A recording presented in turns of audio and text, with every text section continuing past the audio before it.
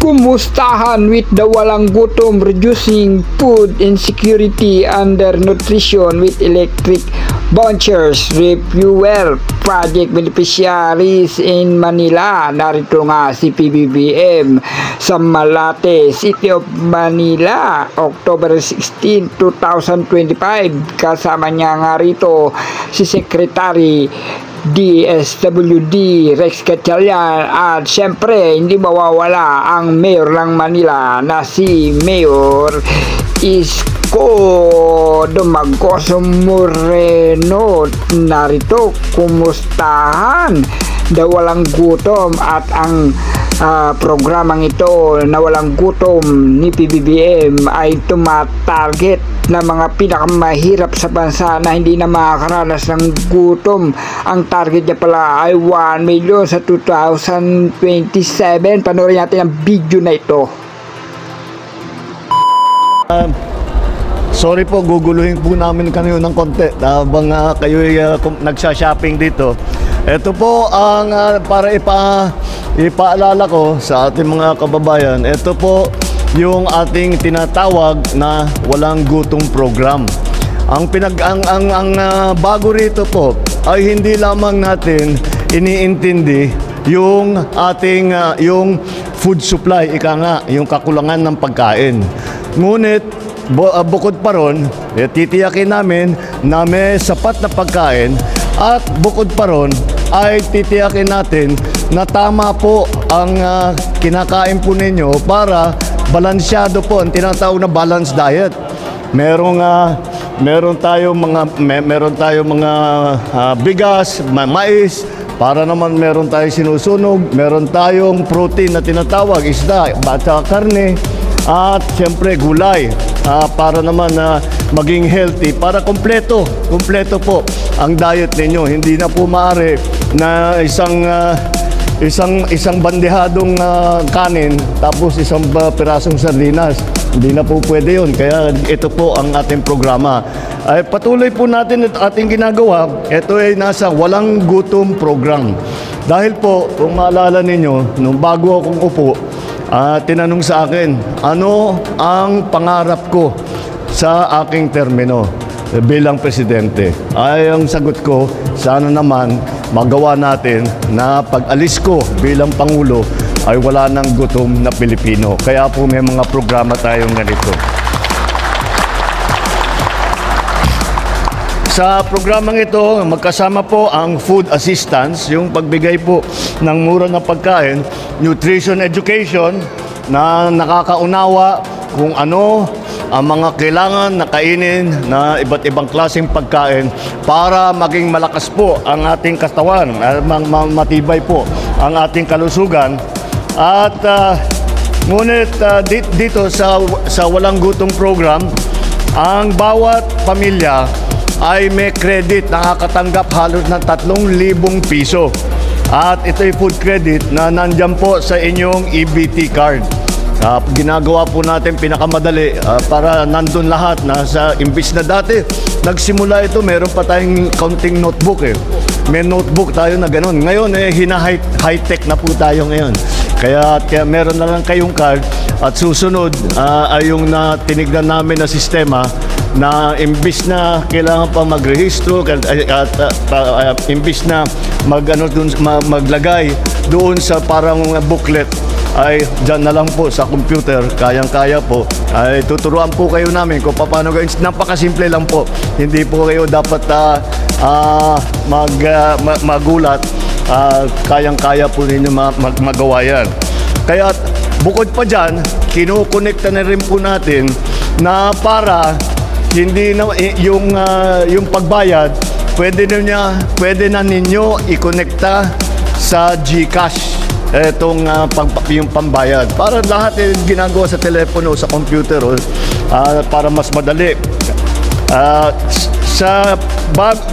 Bumaba na po, dahil dito sa programang ito, bumaba na po ang hunger rate, ang mga gutom sa household beneficiary. Lahat po sa beneficiaryo natin, bumaba na po ang gutom. Dati, dati nung Oktubre, nung nakaraang na taon, ay 48.7%. 48.7% po ang sinasabing hunger rate na ginugutom pa. Dahil sa programang ito, yung numerong yan ay bumaba na po at naging 41.5% itong Marso ng 2025. Palagay ko, pagkatapos ng taon, makikita natin mas bababa pa. Dahan-dahan po na natutupad po ang pangarap po ng inyong Pangulo, ang pangarap po ng lahat ng Pilipino na wala nang ginugutom na pamilya dito sa atin.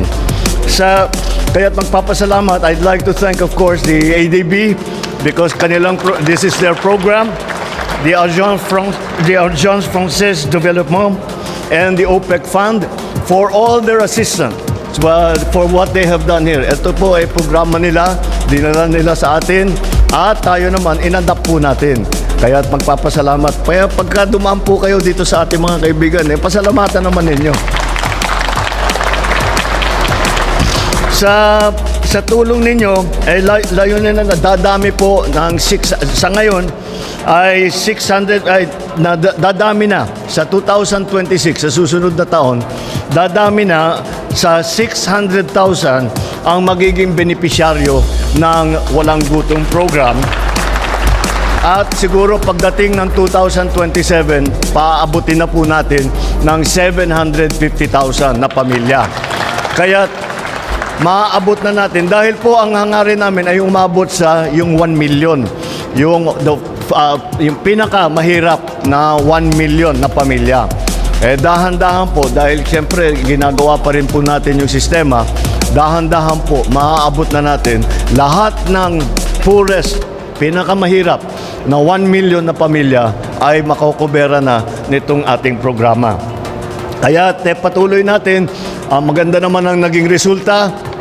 Kaya patuloy natin ang ating pagbigay ng tulong sa ating mga kababayan na nangangailangan ng tulong at kami po ay tuloy-tuloy na ginagawa kumukuha po kami ng impormasyon para malaman namin wala naman po na dapat kasama sa programa na hindi makita. Kaya inaayos po natin lahat ng impormasyon para wala naman sa ating mga kababayan ng kailangan ng tulong na hindi natin natutulungan. Kaya titiyakin po natin na lahat ng ating kababayan na nangangailangan ay maisama sa programa. Meron din po tayo para na isasamantala ko na po itong pagkikita natin. Sasabihin at meron po tayo mga iba't ibang programa para sa feeding, para sa pagpakain. Meron po, baka hindi nyo po alam, meron tayong programa na tinatawag First 1,000 Days. And the first 1,000 days, ang pagbilang niyan, it starts from conception. Nagsisimula yung 1,000 days sa pagka nabuntis na ang nanay. So, buntis pa lang, nandyan na ang programang ito. Ito, mga buntis at ang kanilang anak, may edad na 0 hanggang 2 taon, ay kasama sa 4Ps, makakatanggap ng 350 piso kada buwan para suportahan ang nutrisyon ng kalusugan ng ating mga anak, mga bata. Dahil po, yun ang nagiging parang yung tinatawag na stunting, hindi po lumalaki yung ating mga anak dahil kulang sa kain. At kung minsan masyadong madalas magkasakit dahil po yung ganun din, hindi po nakakakain ng magandang na dekalidad na pagkain at saka hindi balansyado ang kain nila. Kaya meron din po tayong supplemental feeding program. Ito naman, binibigyan natin ng pagkain at gatas ang mga batang naka-enroll sa mga Child Development Center.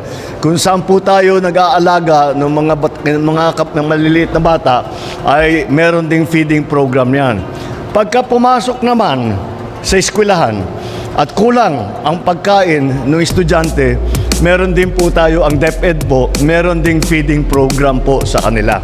Dahil isa sa pinakamalaking dahilan kung bakit hindi makapag-aral na mabuti ang mga bata ay dahil may sakit. napakasimple lang. Kaya may sakit dahil mahinang kain, hindi maganda yung kinakain. Kaya tinitiyak natin na ang mga estudyante natin ay nabibigyan ng sapat na pagkain para makapag-aral naman sila na mabuti, makapag-training sila na mabuti, at maging matagumpay naman sila sa kanilang gawain. Ito ay magbibigay, ito ay para sa mga tinatawag na malnourished, yung kulang talaga sa pagkain. Ito yung programa para doon sa mga estudyante naman.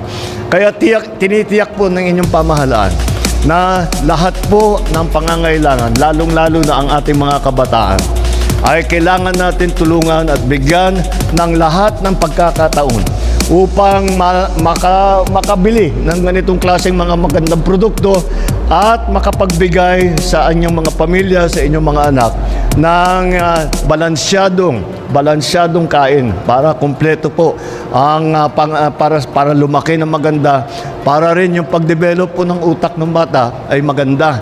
Kaya po namin isa sa dahilan to kung bakit. Dahil po ang bata, ang development, kung kailan lumalaki at nagiging importante yung utak, mula sa 1 years old hanggang 6-7 years old ang pag-develop po ng utak ng bata. Kaya't inaalalayan natin mabuti yan. Kaya't mabuti na lang, meron tayong programa nito, makakatiyak tayo ng ating mga kabataan ay ready po sila pumasok sa eskwelahan, at pagkatapos ng eskwelahan ay ready po sila na maging bahagi ng ating lipunan, at sila po ay magiging malusog, sila po ay magiging malakas, sila po ay makakatulong po sa kabutihan, kagandahan ng ating minamahal na Pilipinas. Maraming salamat po. Magandang umaga po sa inyo lahat. Napakagandang programa, ang walang gutom program na ito ni PBBM, at sana ay sa katuparan sapagkat ang mga kinabang nito ay ang ating pinakamahirap na pamilya dito sa ating bansa. Wala nang gutom.